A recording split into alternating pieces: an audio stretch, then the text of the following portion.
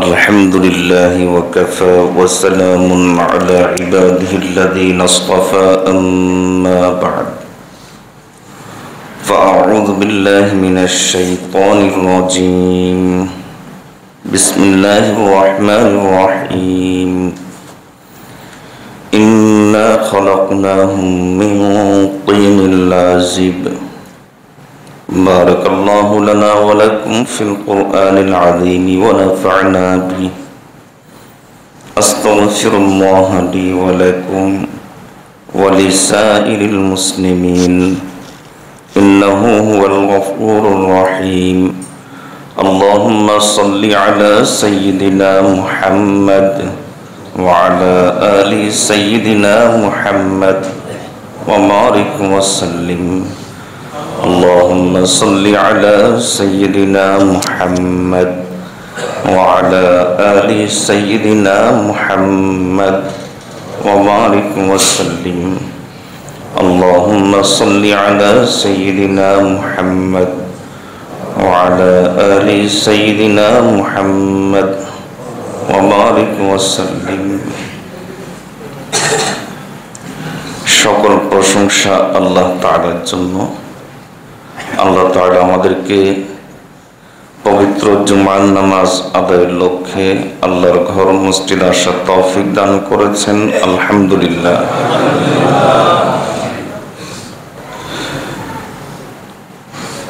কোরআন মজিদের যে আয়াতটি আপনাদের সামনে তেলাওয়াত করেছি,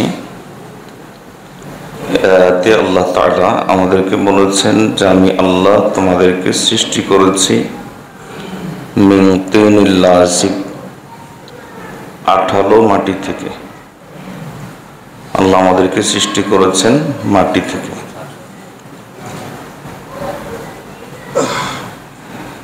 ইবলিসকে যখন আল্লাহ তাআলা বলেছিলেন আদমকে সিজদা করো, ইবলিস তখন সিজদা করে নাই, যুক্তি দিয়েছিল আনা খায়রুম মিনহু খালাকতানি মিন নার ওয়া খালাকতাহু মিন তিন। হে আল্লাহ, আমি তো আদমের চাইতে শ্রেষ্ঠ। যুক্তি হলো এই যে আপনি আমাকে সৃষ্টি করেছেন আগুন থেকে আর আদমকে সৃষ্টি করেছেন মাটি থেকে। কাজেই আগুনের কাজ যেহেতু উপর দিকে লাফানো যাওয়া, আর মাটি মানুষের পায়ের নিচে থাকে, সুতরাং আমি শ্রেষ্ঠ, আমি কেন তাকে সিজদা করব? আসলে ইবলিস ভুল করেছে অঙ্কে, কারণ আগুনের চাইতে মাটি শ্রেষ্ঠ। আগুন মানুষের অতীব প্রয়োজনীয় একটি বিষয়, একটি বস্তু, কিন্তু মাটি এর চাইতে বেশি প্রয়োজন। আগুন ছাড়াও মানুষ চলতে পারবে, কঠিন হবে কিন্তু চলতে পারবে, তো মাটি ছাড়া মানুষ চলতে পারবে না। সুতরাং এই আয়াতগুলো থেকে বোঝা যায় যে আল্লাহ আমাদেরকে সৃষ্টি করেছেন মাটি থেকে। একটা প্রবাদ আছে, কুল্লু শাইইন ইয়ারজিউ ইলা আসলিহি, প্রত্যেক জিনিস তার মূলের দিকে ফিরে যাওয়াটাই হলো স্বাভাবিক বিষয়। কিন্তু কোনো বস্তু, কোনো জিনিস, তার মধ্যে যে মৌলিক যে গুণ রয়েছে সে গুণ মতে যদি সে না চলে, তাহলে এটা জুলুম বলা হয়। যেন জুলুমের পরিচয় হলো ওয়াদউ শাইই ফি গায়রি মাহাল্লিহি, যে জিনিস যেখানে প্রয়োগ করা যায় না সেই জিনিস ওখানে প্রয়োগ করা হলো জুলুম। আল্লাহ আমাদেরকে মাটি থেকে সৃষ্টি করেছেন, সুতরাং মাটির যে গুণ বৈশিষ্ট্য সেগুলো আমাদের মধ্যে থাকতে হবে। সেগুলো যদি না থাকে তাহলে এটাই হবে জুলুম আমাদের পক্ষ থেকে, তখন অন্যের উপর জুলুম হয়ে যাবে। আমরা দোয়া করি আল্লাহ আমাদেরকে জালিমও না বানাক, মজলুমও না বানাক। বর্তমান সময়ে যদি আপনি জিজ্ঞেস করেন যে সবচাইতে বড় এবং ব্যাপক অপরাধের নাম কি, তাহলে এক কথায় বলতে হবে জুলুম। অন্যের সম্পদ আত্মসাৎ করা, হক মেরে খাওয়া, অন্যের সম্মান নষ্ট করা, দুর্নীতি করা, চুরি করা, এগুলোতে সবই তো জুলুমের অন্তর্ভুক্ত।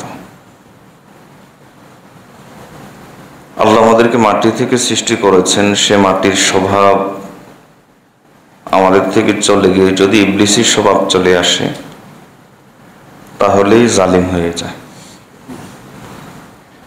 এই জন্য আমরা আল্লাহর কাছে দোয়া করব। নবীজি আমাদেরকে দোয়া শিক্ষা দিয়েছেন, হে আল্লাহ, আপনি আমাকে জালিমও বানাবেন না, মাজলুমও বানাবেন না। জালিম হওয়াটাও খারাপ, মজলুম হওয়া আখিরাতের বিবেচনায় খারাপ না, কিন্তু দুনিয়াতে চলা কঠিন, কষ্টকর। এজন্য আমাদের শাইখ মুর্শিদ চমৎকার একটা কথা বলেন। তিনি বলেন, যখন তুমি মজলুম হবা, কারো দ্বারা জুলুমের শিকার হবা, তখন তুমি এই কথা এভাবে নিও না যে আমি মজলুম হয়েছি। কারণ যদি তুমি কথাটাকে এভাবে গ্রহণ করো যে আমি মজলুম হয়েছি, তাহলে মানসিকভাবে কষ্ট পাবা যে আমি জুলুমের শিকার হয়েছি। কথাটাকে তুমি এভাবে নাও যে আল্লাহ আমাকে মজলুম বানিয়েছেন, এর অর্থ হলো আল্লাহ আমাকে দোয়া কবুল করার উপযুক্ত বানিয়েছেন। কারণ হাদিসে এসেছে, রাসূলুল্লাহ সাল্লাল্লাহু আলাইহি ওয়াসাল্লাম বলেছেন, মজলুমের দোয়া আল্লাহ তাআলা ফেরত দেন না। আল্লাহ তাআলা মজলুমের দোয়া কবুল করেন। মজলুমের দোয়ার মাঝে আর কবুলের মাঝে কোনো পর্দা থাকে না। এজন্য আমরা এভাবেই চিন্তা করব যে আল্লাহ আমাদেরকে দোয়া কবুল করার উপযুক্ত বানিয়েছেন। আমরা সকলে কম বেশি মজলুম, সকলে কম বেশি আমরা মজলুম। এই যে চারিদিক থেকে অভাব অনটনের কথা শোনা যায়, এবং শোনা যায় বিভিন্ন ধরনের অকারেন্সির কথা। আচ্ছা, ধরেন একটা লোক দেশের যদি 1000 কোটি টাকা মেরে দেয়, এটাকে রাষ্ট্রযন্ত্রের সহযোগিতা ছাড়া সম্ভব হয়েছে? তো এই জুলুমের শিকার আমরা সকলেই। দ্রব্যমূল্যের ঊর্ধ্বগতি, যে নাভিশ্বাস, এগুলোর কারণেই তো, এই সমস্যাগুলোর কারণেই তো। এসবের পেছনে মূল কারণ হলো আমরা ভুলে গেছি যে আমরা কি থেকে সৃষ্টি। শয়তানি গুণ, শয়তানি স্বভাব আমাদের মধ্যে চলে এসেছে। আজকে একজন করছে, আমি চিন্তা করে আমি করব না, না সুযোগ পেলে আমিও করব। কারণ চরিত্র তো আমাদের পাল্টে নাই। এজন্য চরিত্র পাল্টানো দরকার। মাটি থেকে সৃষ্ট মানুষ, তার মধ্যে মাটির গুণ থাকতে হবে। আল্লাহ আমাদেরকে মাটির গুণ নিয়ে আসার তৌফিক দান করুন।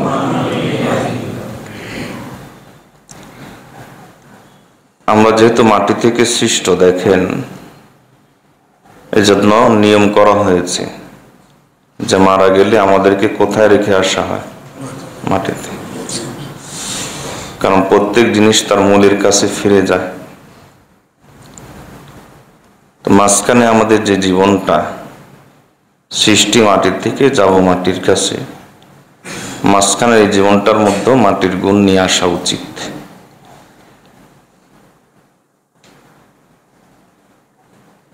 ইসলাম অত্যন্ত একটা চমৎকার ধর্ম।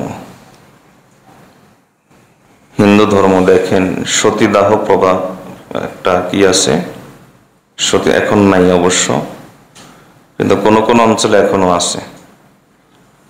আচ্ছা, সতীদাহটা তো অনেক কঠিন বিষয় এবং পৈশাচিক বিষয়। একজন মানুষ মারা গেলে তার লাশটা আগুনে পুড়ে ফেলা, এটাও কি কম পৈশাচিক?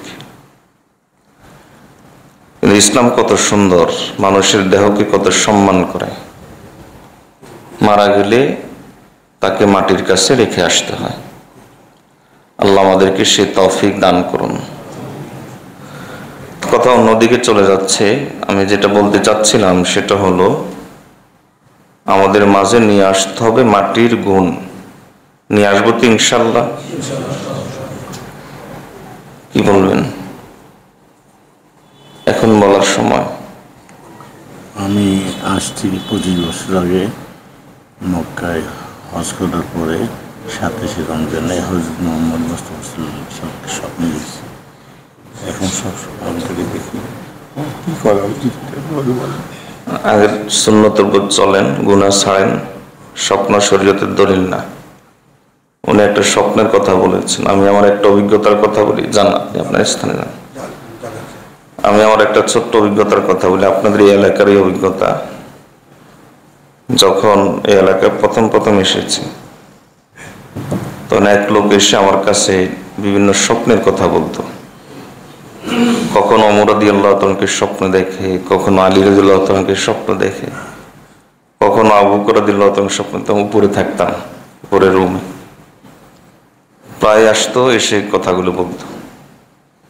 তো তার স্বপ্নের সাথে চেহারার মিল নেই। বোঝেন নাই মনে হয়?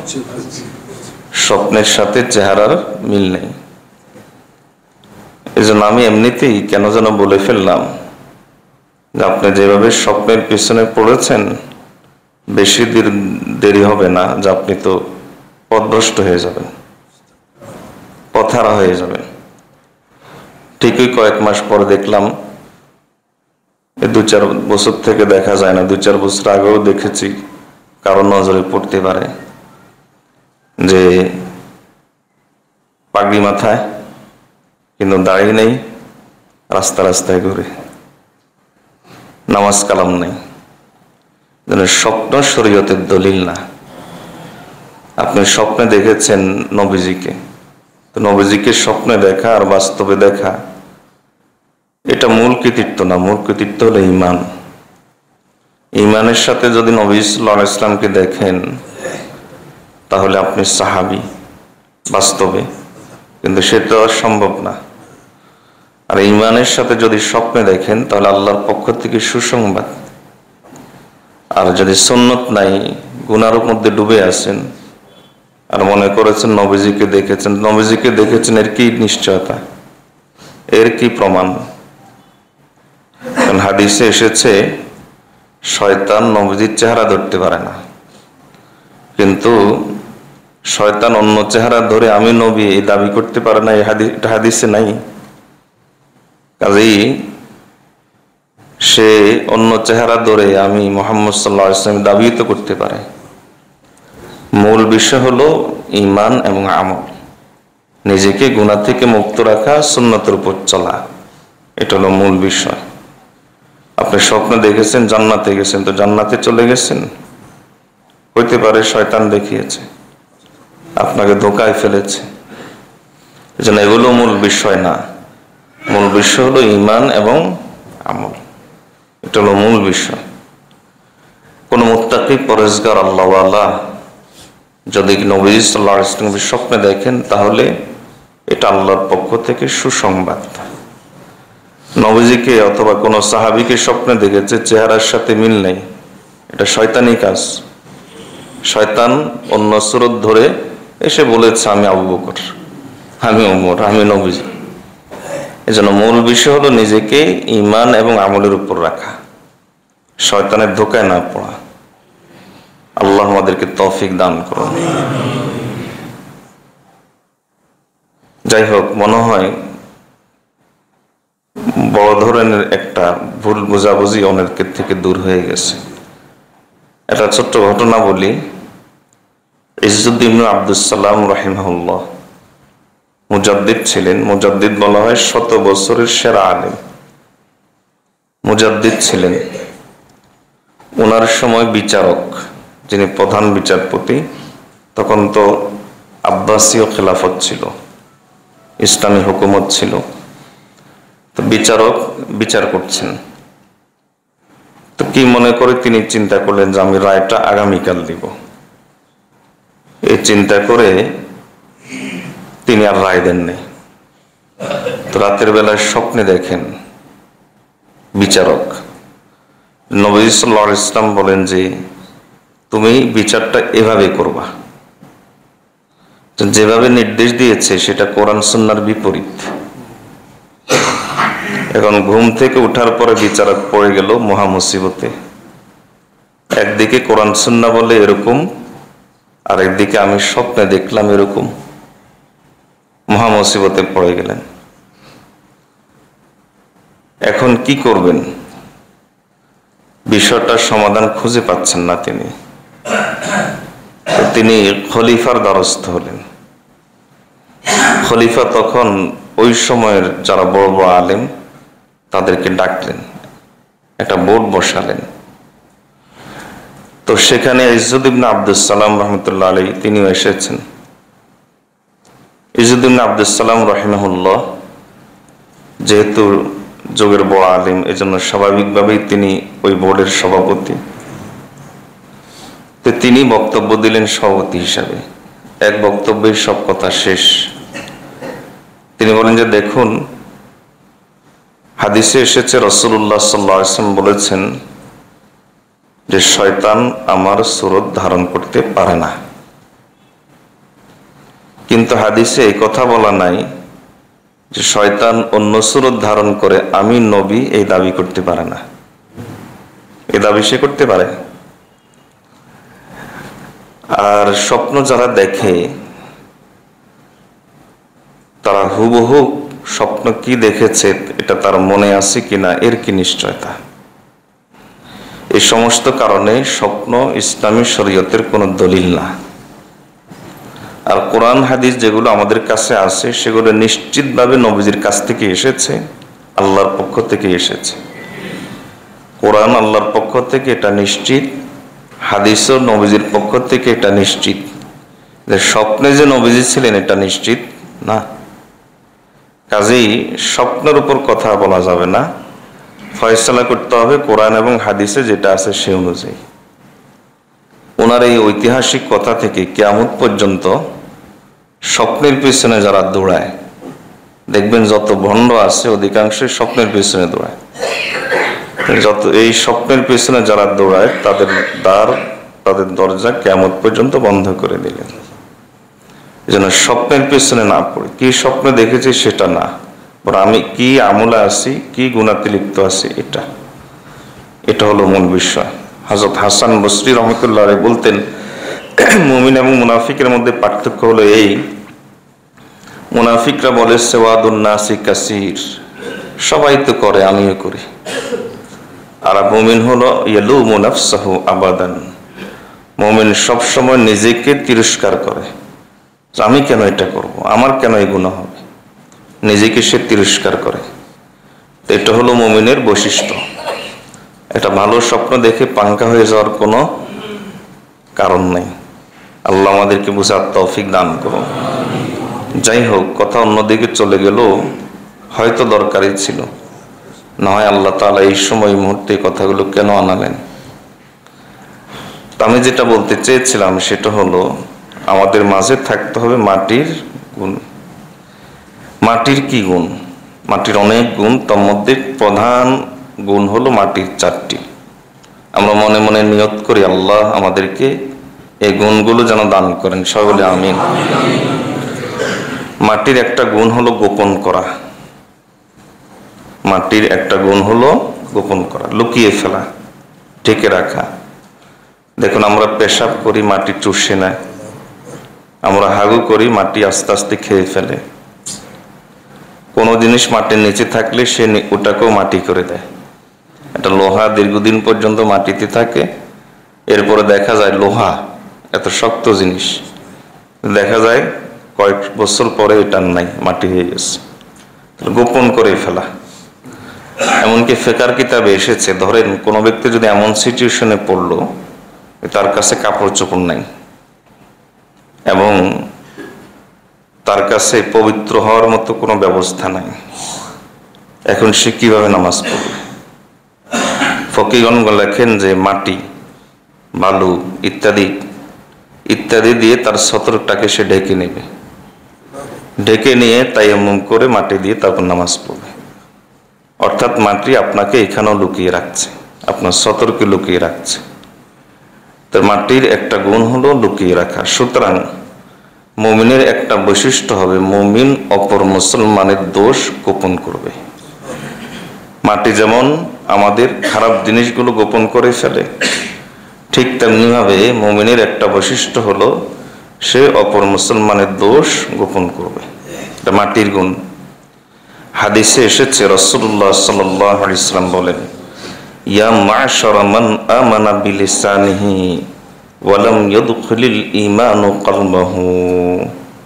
দেখেন নবীজি সাল্লাল্লাহু আলাইহি ওয়াসাল্লাম কিভাবে সম্বোধন করছেন। নবী সাল্লাল্লাহু আলাইহি ওয়াসাল্লাম কথাটা এমনিতেই বলে দিলে পারতেন, কিন্তু না, এর আগে তিনি একটা ভূমিকা দিয়েছেন। যেমন যুদ্ধের ময়দানে নামার আগে তখন যারা সেনা, সোলজার যারা বা মুজাহিদ যারা, তাদের সামনে বক্তব্য রাখার সময় কি বলা হয়? হে দেশের বীরেরা, হে ইসলামের বীর, তাদের রক্ত গরম করে দেওয়া হয়। তো নবী সাল্লাল্লাহু আলাইহি ওয়াসাল্লাম ঠিক এ জাতীয় একটা ভূমিকা দিয়েছেন। হে ওই সমস্ত লোক যারা জবানে ঈমান এনেছো, অন্তরে ঈমান যায় নাই। তো এই কথা বলার সাথে সাথে সকল মুমিন নড়ে চড়ে উঠবে যে কারা তারা, আমি কি তাদের অন্তর্ভুক্ত কিনা, আমি কি মুনাফিক হয়ে গেলাম কিনা। কারণ যার জবানে ঈমান, অন্তরে ঈমান প্রবেশ করে নাই, সে তো মুনাফিক। যেন প্রকারান্তরে নবী সাল্লাল্লাহু আলাইহি ওয়াসাল্লাম বললেন যে তোমরা এই কাজগুলোর মাধ্যমে মুনাফিক হইও না। নবী সাল্লাল্লাহু আলাইহি ওয়াসাল্লাম বলেন, লা তাগতাবুল মুসলিমিনা ওয়া লা তাত্তাবিউ আওরাতিহিম।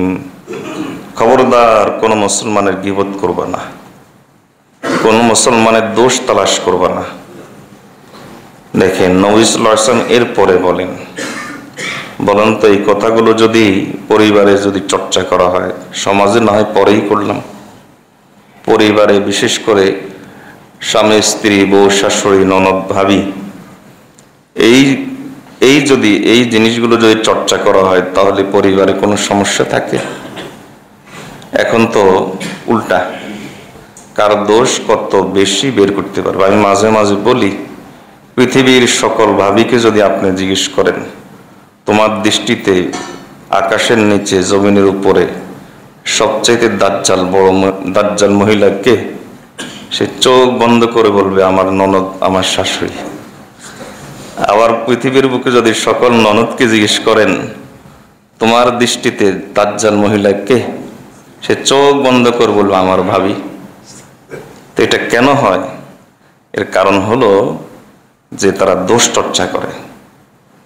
রাসূলুল্লাহ সাল্লাল্লাহু আলাইহি ওয়াসাল্লাম বলেন যে মান তাতাব্বা আওরাতা আখিহিল মুসলিম তাতাব্বা আল্লাহু আওরাতাহু ওয়া মান তাতাব্বাহু ওয়ামান তাতাব্বা আল্লাহু আওরাতাহু ইয়াফদাহু ওয়ালাউ ফি জাওফি বাইতিহি। যে ব্যক্তির দোষ আল্লাহ তালাশ করা শুরু করে দেন, যে ব্যক্তি অন্যের দোষ তালাশ করে আল্লাহ তার দোষ তালাশ করেন। আর যে ব্যক্তির দোষ আল্লাহ তালাশ করা শুরু করে দেন, নবীজি বলেন সে যদি ঘরের কোণে লুকিয়ে থাকে সেখান থেকে বের করে হলো আল্লাহ তাকে বেইজ্জত করে ছাড়ে। এজন্য নিজের ইজ্জত রক্ষার জন্যই অন্যের দোষ গোপন করব, নিজের সম্মান রক্ষার জন্যই অন্যের দোষ গোপন করব। পারবো তো ইনশাআল্লাহ? মুসলমানের দোষ গোপন করা এটা হলো ঈমানের আলামত, আর দোষ গোপন প্রচার করা এটা হলো মুনাফিকের আলামত।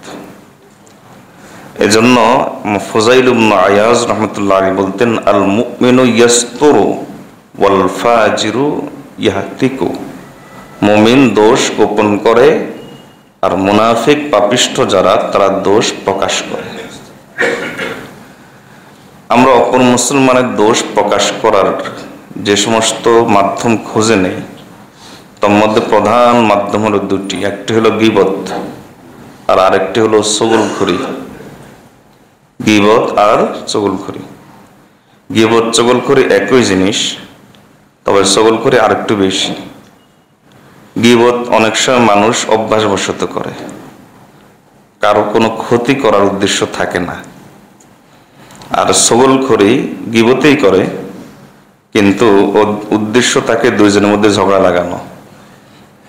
গীবতের মধ্যে এই উদ্দেশ্য থাকে না। মানুষ অনেক সময় অভ্যাসের দাস বলা হয়, তো অভ্যাস হয়ে গেছে তো গীবত করে, গল্পের শুরুতে গীবত করে। ছগলখড়িতে এটা উদ্দেশ্য থাকে না। ছগলখড়ির সাধারণত ইমামে গজালি রহমতুল্লাহ বলেন দুইটা উদ্দেশ্য থাকে। একটা উদ্দেশ্য হলো হিংসা, যার ব্যাপারে ছগলখড়ি করা হচ্ছে তাকে হিংসা করে, এই জন্য ছগলখড়ি করে, আরেকজনের কাছ থেকে কথা লাগায়, হিংসা করে। আরেকটা উদ্দেশ্য হলো যার কাছে ছগলখড়ি করে তার কাছে ভালো হওয়া। যার ছগলখড়ি করে তার ক্ষতি উদ্দেশ্য না, উদ্দেশ্য হলো যার কাছে ছগলখড়ি করে তার কাছে একটু ভালো হওয়া। এই দুই উদ্দেশ্যে ছগলখড়ি করে। রাসূলুল্লাহ সাল্লাল্লাহু আলাইহি ওয়াসাল্লাম এই দুটাকেই মুনাফিকের আলামত বলেছেন বিভিন্নভাবে। দেখুন, শাইখুল ইসলাম মুফতি তাকি উসমানী দামাত বারাকাতুহুম একটা আজীব কথা বলেন। তিনি বলেন যে আমরা অনেক সময় দ্বীনি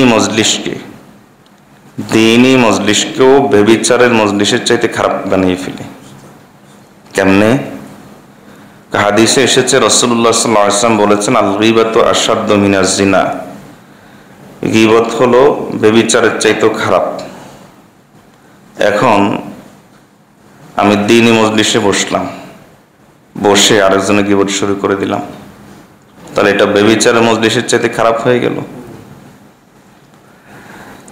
তিনি বলেন যে ব্যভিচার হলো এমন এক গুনাহ, এটাকে গীবত, ছগলখড়ি এগুলো ব্যভিচারের চাইতে খারাপ কেন বলা হয়েছে? এর কারণ হলো ব্যভিচারও কবিরা গুনাহ, গীবতও কবিরা গুনাহ, ছগলখড়িও কবিরা গুনাহ। তবে একজন মানুষ যখন ব্যভিচার করে তখন তার মধ্যে অপরাধ বোধ কাজ করে, যে আমি একটা বড় অপরাধ করে ফেলেছি, তাই তার মধ্যে তওবার চিন্তা আসে। মনে মনে তওবা করেন, আল্লাহ আমাদের থেকে এই গুনাহগুলো থেকে বিদায় করে দিন, সবাই বলে আমিন। তো পক্ষান্তরে যে গীবত করে, যে ছগলখড়ি করে, তার মধ্যে অপরাধ বোধটা কাজ করে না। সে মনে করে যে আমি কি গুনাহ করছি নাকি। এই কারণে গীবতটা এবং ব্যভিচারের চাইতেও মারাত্মক। দেখেন, হযরত ওসমান রাদিয়াল্লাহু তাআলা বলতেন, রাখাল যেমন গাছকে কাটে, ঠিক তেমনি ভাবে একজন মানুষের ঈমান কেটে ফেলার একটা অস্ত্র আছে। ওই অস্ত্রের নাম হলো আল গীবা, গীবত। গীবত মানুষের ঈমান কেটে ফেলে। তাহলে গীবতের সম্পর্ক ঈমানের সাথে। হযরত কাতাদা রাহিমাহুল্লাহ বলতেন, কবরে আযাব 3 ভাগে বিভক্ত। 3টা গুনার কারণে কবরে আযাব হয়। একটা হলো আল গীবা, গীবতের কারণে কবরে আযাব হয়। 2 নম্বর আন নামিমা, ছগলখড়ির কারণে কবরে আযাব হয়। 3 নম্বর অপবিত্রতা থেকে বেঁচে না থাকার কারণে কবরে আযাব হয়। পেশাব করেছে, পানি খরচ করে নাই, তাহলে কবরে আযাব হয়। তো অনেকের অভ্যাস আছে, ভাই নামাজ পড়ো, হুজুর কাপড় পাক নাই। এই যে কাপড় পাক নাই, এটা কবরে আযাবের কারণ। যেন মুমিন সবসময় পবিত্র থাকে। আল্লাহ তাআলা কোরআন মাজিদের মধ্যে বলেছেন মুশরিকরা হলো অপবিত্র। এই জন্য দেখবেন যে ইহুদি খ্রিস্টান অমুসলিমদের কাছে পরিচ্ছন্নতার গুরুত্ব আছে, পবিত্রতার গুরুত্ব নেই। তারা পরিচ্ছন্ন থাকতে চায়, পবিত্র থাকে না। এই কারণে দেখবেন যে হিন্দু, একটা খেয়াল করে দেখবেন, যত বয়স হয় তত বেশি তাদের থেকে একটা উৎকট গন্ধ বের হয়। যতই স্প্রে মারুক, যতই একবারে সাফ সুতরা থাকুক, পরিচ্ছন্ন থাকুক, একটা গন্ধ আসে। কারণ এটা কে না জানে, প্রত্যেক নাপাকির মধ্যেই গন্ধ থাকে। তো শিরিক এটা নাপাকি। এই কারণে দেখবেন যে মাজারে যারা গাঞ্জা টাঞ্জা খায়, এদের থেকে একটা উৎকট গন্ধ আসে। এর কারণ শিরিক নাপাক। আর যারা বাইরের দেশে বিমান সফর করেছেন, অভিজ্ঞতা আছে, যে বিমানের সিট থেকেও যত স্প্রে মারে একটা গন্ধ আসে, হাসপাতাল গন্ধ। এর কারণ হলো এখানে নানা ধরনের লোক বসে, আর বেশিরভাগ বসে যে অমুসলিমরা, এজন্য একটা গন্ধ আসে। তো যাই হোক, যেটা বলতে চেয়েছিলাম সেটা হলো এই যে এই তিনটা কারণে কবরে আযাব হয়। হযরত হাসান বসরি রহমতুল্লাহ আলাইহির একটা আজীব কথা আছে এই বিষয়ে, এবং এই কথাটা মুখস্থ করে নিলে আমার মনে হয় জীবনে কেউ গীবত আর চুগলখড়ি করার সাহস করবে না। হাসান বসরি রহমতুল্লাহ আলাইহি বলেন যে আমি একাধিক সাহাবায়ে কেরাম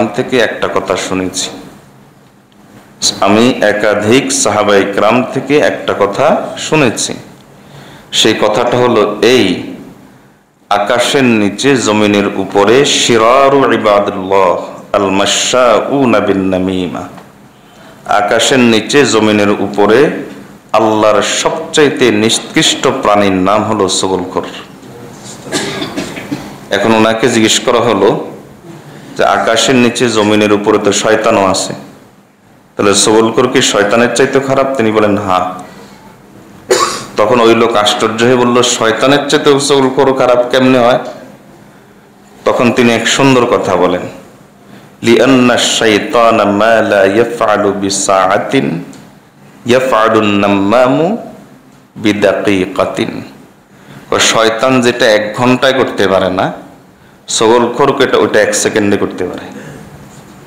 ধরেন দুইজনের মধ্যে ঝগড়া লাগানো, শয়তান অনেক মেহনত করতে হয়, একটা প্রতিষ্ঠান, একটা সুন্দর পরিবেশ নষ্ট করা শয়তানের সময় লাগে, ওয়াসওয়াসা দিতে হয়, অনেক সময় লাগে। চুগলখোর এটা 1 মিনিটেই পারবে। চুগলখোর আপনার কাছে যোগের আব্দুল কাদের জিলানীকে সবচাইতে খারাপ মানুষে পরিণত করতে পারবে, আবার সবচাইতে খারাপ মানুষটাকে যোগের আব্দুল কাদের জিলানী বানিয়ে দিতে পারবে। হাসান বসরি রহমতুল্লাহ আলাইহির জন্য বলতেন যে চুগলখোরের কথা সবসময় কালিমাতুল নাম্মাম তাকুনু হুলওয়াতান। তিনি বলেন যে চুগলখোরের কথা সবসময় মিষ্টি হয়, মিষ্টি মিষ্টি করে বলে চুগলখোর। আপনি টেরই পাবেন না যে সে যে একটা কবিরা গুনাহ নিজে করছে আর আপনাকে সেখানে জড়াচ্ছে। আল্লাহ আমাদের পরিবারগুলোকে এই চুগলখোরি থেকে হেফাজত করুন। সবচাইতে সমস্যা হলে এই পরিবারে। ইমামে গজালি রহমতুল্লাহ আলাইহি একটা ঘটনা লেখেন, এই ঘটনা আপনাদেরকে আমি আগেও হয়তো কোনো এক মজলিসে শুনিয়েছি, আবারও শোনাই।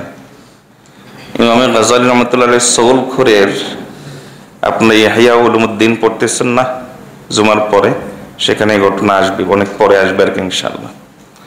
তো ওখানে উনি একটা ঘটনা লেখেন। তো তিনি লেখেন যে একবার এক লোক বাজারে গেছে গোলাম কেনার জন্য। একটা গোলাম দেখে মনে হলো যে গোলামটা কাজের, জিজ্ঞেস করলো দাম কত। তো বিক্রেতা বলল দাম এত। ক্রেতা চিন্তা করলো দামের সাথে গোলামের মিল নেই।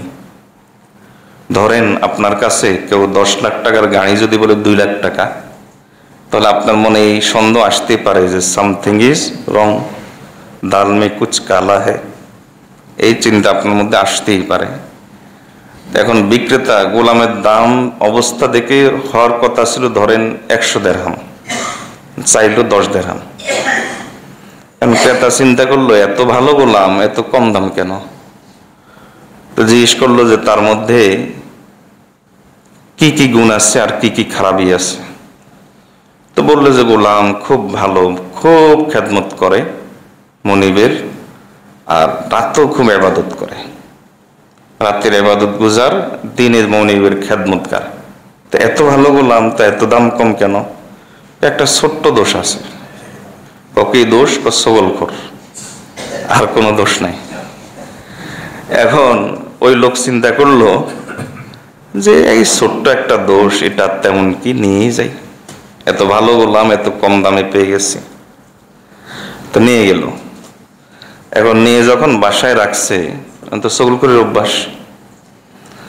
কিছুদিন পরে ওই গোলাম ওই লোকের স্ত্রীর কাছে এসে বলে, শুনছেন কি হয়েছে? আপনার স্বামী তো অমুকখানে অমুকের সাথে কথা বলে, অমুক মেয়ের সাথে কথা বলে। ধরেন হয়তো কোনো প্রয়োজনে কোনোদিন কথা বলেছে, সত্য হইতে পারে, কিন্তু এটাকে নেগেটিভ ভাবে উপস্থাপন করছে যে আপনার অমুকখানে কথা না, এটা আমার স্বামী এরকম না। কারণ তাহলে মনে হয় আমি ভুল দেখছি।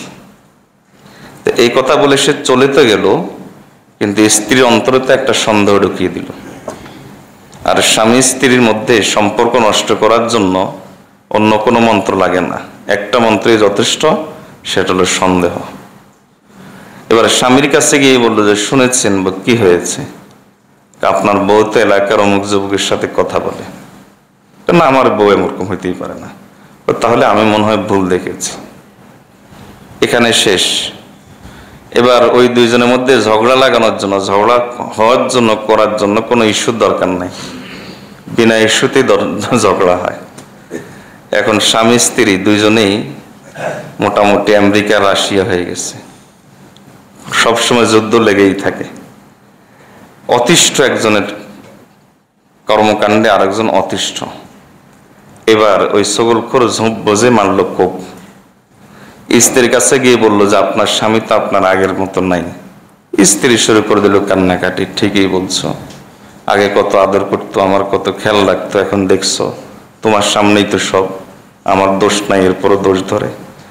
একটা কাজ করি, আমার কাছ সাথে একজন তাবিজ কবজ লেখে এরকম লোকের পরিচয় আছে, তার থেকে একটা আপোষের তাবিজ এনে দিই, কাজ হয়ে যাবে।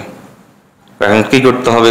করতে হবে তার মাথার চুল নিতে হবে, ঘাড়ের চুল নিতে হবে, পশম, ওই পশম দিয়ে এই কাজটা করব। এবার স্বামীর কাছে গিয়ে বললো যে, আপনার স্ত্রী তো আগের মতো না। ঠিকই বলছো, এখন অবস্থা তো আরো কঠিন। কি হয়েছে? আমি শুনেছি ওই যুবকের সাথে আপনাকে মারার প্ল্যান করতেছে। না, এটা হইতেই পারে না, আমার বউ যতই খারাপ হোক এত খারাপ হতেই পারে না। যদি বিশ্বাস না হয় তাহলে আপনি অমুক রাতে ঘুমের ভান ধরে শুয়ে থাকবেন। ওর স্ত্রীকে বলছে, অমুক রাতে আপনি ঘাড়ের পশমটা নিবেন। এখন ওই রাতে স্ত্রী যখন ঘাড়ের পশম নিতে গেছে খুর বা ব্লেড দিয়ে, স্বামী মনে করছে আমাকে মারতে গেছে। এবার স্বামী স্ত্রীর উপর করলো আক্রমণ। গোস্বার কারণে, গোস্বার সাথে হয়তো মার দিছে, তো হয়তো কিছু এমন ভাবে আক্রমণ করছে, আল্লাহর হুকুমে ও বই ওখানেই মারা গেছে। এবার ওই বইয়ের বাড়ির লোকজন শুনে তারা দৌড়ে আসলো, দৌড়ে এসে বললো যে, এটা তুমি কি করলা? এবার ওরা ধরে এই স্বামীকে মেরে ফেললো। এবার লেগে গেল দুই গোত্রের মধ্যে যুদ্ধ। আশ্চর্যের বিষয় হলো এই, ইমাম গাজ্জালী রহমতুল্লাহ আলাইহি বলেন যে, ছোটবেলা আমি যখন ছোট ছিলাম তখনও ওই দুই গোত্রের মধ্যে যুদ্ধের মারামারির কিছু অংশ দেখেছি, এবং এটা কত বছর আগে শুরু হয়েছে আমার জানা নাই। দেখেন, এক সগলখোর একটা সোনার সংসারকে কেবল ধ্বংসই করে নাই, এটা যুদ্ধ লাগিয়ে দিয়েছে বছরের পর বছর। এটা হলো সগলখোর। এজন্য হাসান বসরি রহমতুল্লাহ আলাইহি বলেন যে, সগলখোর শয়তানের চাইতে খারাপ। একজন বিখ্যাত তাবী ছিলেন, তার নাম ছিল আতা ইবনু সাইব রহমতুল্লাহ আলাইহি। তিনি বলেন যে, যখন আব্বাসীয় খেলাফতের সময়ের কথা, তখন আমি মক্কায় গেছি। মক্কায় যাওয়ার পরে আমি দেখলাম যে মক্কার বিভিন্ন দেওয়ালের মধ্যে একটা, এখন যেরকম দেওয়ালে বিভিন্ন জিনিস লেখে না, এরকম মক্কার বিভিন্ন দেওয়ালে একটা কথা লেখা আছে। সেটা হলো এই যে, এই মক্কাতে 3 শ্রেণীর লোক থাকতে পারবে না। এটা মক্কার শাসক এটা লিখে দিছে। 3 শ্রেণীর লোক থাকতে পারবে না। এক হলো সুদখোর থাকতে পারবে না, আর একটা হলো যারা সন্ত্রাসী মানে ডাকাত, তারা থাকতে পারবে না। 3 নম্বর সগলখোর থাকতে পারবে না। আতা ইবনু সাইব রহমতুল্লাহ বলেন যে, আমি আশ্চর্য হলাম যে ডাকাতের সাথে সুদখোরের সাথে সগলখোর কেন লাগাইল। এজন্য আমি মক্কার শাসকের কাছে গেলাম, গভর্নরের কাছে। বলেন যে, আপনি যে এই যে দেওয়ালে দেওয়ালে এটা লিখলেন, কারণটা কি? তখন সুদখোর তো বুঝে আসছে, ডাকাত তো বুঝে আসছে, ছগলখোর তো বুঝে আসে নাই। তখন মক্কার শাসক উত্তর দিল, হাল ইয়াসফিকুদ্দাম ওয়া তারকিবুল আযাইম ইল্লা বিন নামিমা। আরে রক্ত ঝরে, বড় বড় যুদ্ধ সংগঠিত হয় ছগলখোরের কারণেই তো, এজন্য আমি ছগলখোরকে ওইটাতে লাগিয়ে দিয়েছি। এজন্য মাটির একটা গুণ হলো অন্যের দোষ গোপন করা। এজন্য দয়া করে গীবত, ছগলখোরি এগুলো করব না, বলি না ইনশাআল্লাহ। আল্লাহ যে কথাগুলো বলেছি আমাদেরকে আমল করার তৌফিক দান করুন। মাটির আরো 3টি গুণ আছে, আগামী সপ্তাহে তো আর আলোচনা হবে না, কারণ আগামী সপ্তাহ নির্ধারিত বিষয় জিলহজের প্রথম দশকের আমল সম্পর্কে আলোচনা করতে হবে ইনশাআল্লাহ। ইনশাআল্লাহ আল্লাহ তৌফিক দান করলে বাকি 3টি গুণ এর পরের জুমায় আলোচনা করব। আল্লাহ আমাদেরকে তৌফিক দান করুন। ওয়া আখিরু দাওয়ানা আনিল হামদুলিল্লাহি।